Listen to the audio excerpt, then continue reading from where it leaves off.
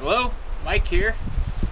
It's mid-afternoon, late afternoon of day 2 of 21 here, traversing Baranof Island from Sitka down to Port Alexander. I'm parked right now at the Redoubt Lake cabin. I had a big decision to make, and I've made it.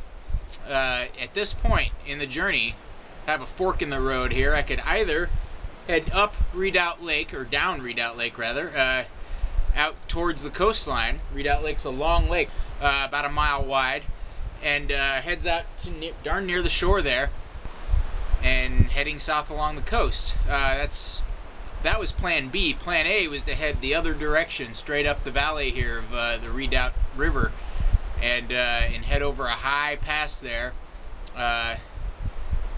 which I have decided not to do that. My pack is heavy right now. I've still got 20 days of food in it, and my pace is a bit slow, which is fine for this point in the journey, but the weather forecast I've checked on the VHF radio isn't good for the next couple of days. It's going to be low clouds, stiff winds, and rain for the next several days, which means up in the high country it's going to be extremely windy, socked in with clouds, and just not good travel up there.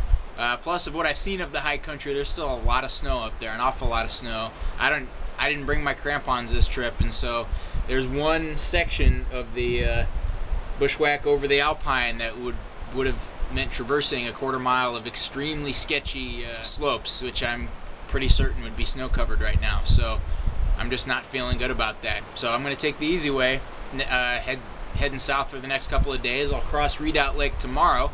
I could get started this afternoon, but the winds have kicked up pretty fierce this afternoon and have been blowing some pretty fierce chop along the lake, and I'd have to be fighting that directly into the wind. So I'm going to see if first thing tomorrow morning if that's gotten any better. If it hasn't, I'll have to fight it anyway. But I'm going to sit tight at the cabin tonight and get started across Redoubt Lake tomorrow. So that's the plan. Day 2, checking out. It's a little later in the evening now. Still here at Redoubt Lake cabin, and I cooked some dinner. Things are drying out inside. Bandaged some wounds on my legs, and took a little walk after dinner up the valley for a bit, just to see it. And I gotta say, I'm a little melancholy about my decision not to go up Redoubt Valley here. It's gorgeous woods. It's my favorite kind of valley. Verdant, rich rainforests. Walkable. The thickets aren't too bad. They're there, but not too many of them. And just solitude. I have this entire valley to myself right now. And I could for days. I'm going to have to make it a point someday to come back here, reserve this cabin for a while, just to explore up the valley and back for days on end. It would be a fantastic trip.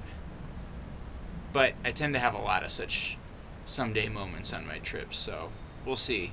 It's hard to say how time plays out.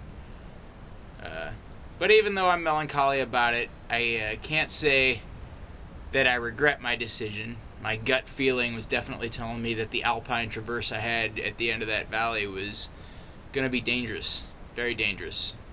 And I promised a lot of people that I'd be safe this trip. So I'm going to do my best to do that.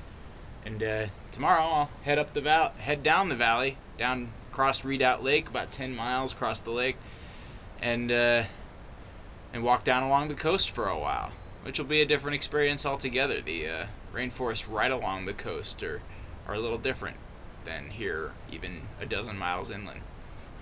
I'm going to stay here tonight, pack raft the lake tomorrow, and I'll check in later.